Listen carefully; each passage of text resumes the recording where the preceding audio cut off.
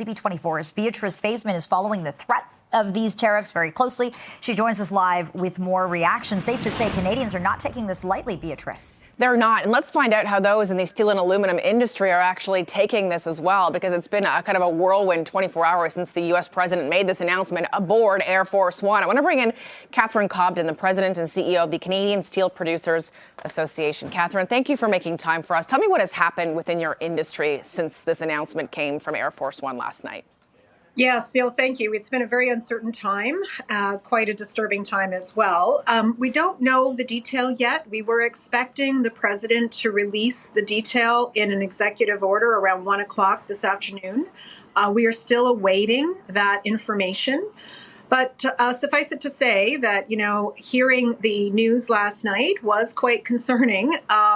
And our top priority, we think job one of our government right at this moment is to push for, Canada to be excluded from the reinstatement of these tariffs on steel imports into the United States. Tell me, Catherine, what kind of an impact this 25% tariff would have? Because we heard from Hamilton's mayor, Andrea Horvath, several steel plants there said $1 billion that would impact her community specifically. Give me a broader idea of how it impacts the country.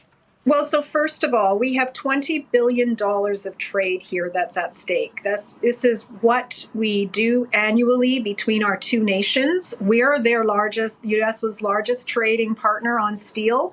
We represent 20% of all of their import markets. And they're our largest trading partner on steel here as well. They represent 40% of our import market share. So clearly, $20 billion of trade and significant economic activity, a 25% tariff, and then a very hard-hitting and impactful retaliatory tariff regime on the United States from us will have negative consequences and will do harm on both sides of the border. And, that's the disappointing thing.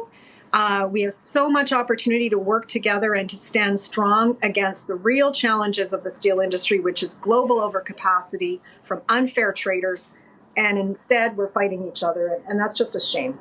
In the statement you put out this morning, you talked about the fact that Canada's kind of aligned itself with the U.S. when it comes to trade policy on steel, putting in place Section 53 tariffs on Chinese imports, monitoring imports to make sure they all identify the country of melt and pour. When you talk about $20 billion of trade annually with the United States, Catherine, what does that mean in terms of jobs? Because that number also represents people's livelihoods across the country. Yeah, so listen, the strategy from day one, since, the previous, don't forget, in 2018 to 2019, we had a year of tariffs on the steel industry from the previous Trump administration. And we learned that that was hard and impactful on both sides of the border and that we were better off working together. So from that moment on, we have been doing a lot of things to stand up together. We did the tariff regime on China. We did it exactly the same.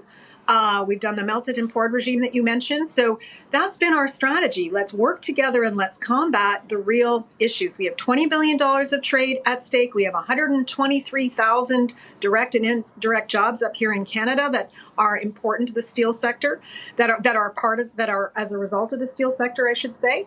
But we also have a really important point is the strategic nature of your domestic steel industry. You want a Canadian steel sector because we play an incredible role in the economy as well as supporting important infrastructure, energy sector, automotive sector, defense, you name it.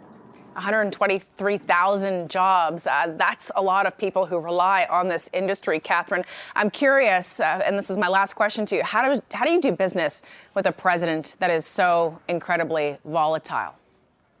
So we just want to work on facts to the best of our ability. And that's what I hope is being communicated as we speak, to remind ourselves what the situation is, how Canada has been the best possible partner. We've done things that no other trading partner has done, how mutually reliant we are on each other. If not us, who is a good question.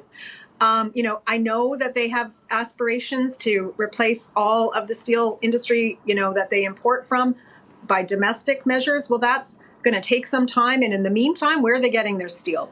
So, I really think that this is misplaced.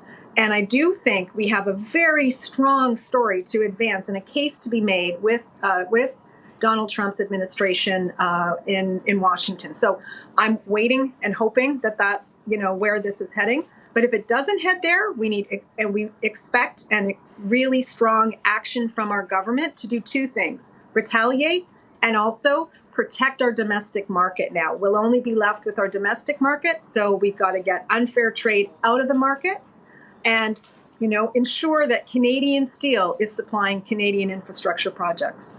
And that's going to take a while, too, to diversify our markets and to reduce those interprovincial trade barriers the Prime Minister talked about last week. Catherine Cobden, President and CEO of the Canadian Steel Producers Association, thank you for your time. Thank you. Thank you very much. And Lena, as Catherine was talking about, we're waiting to see what is actually in that executive order. Donald Trump was in the Oval Office at 1 o'clock signing a slew of them. So we've yet to see the details, black and white on paper, to see actually what is coming for this country and the steel and aluminum industries here in Canada, Lena. All right, Beatrice Faisman reporting live. Thanks for that conversation, Beatrice.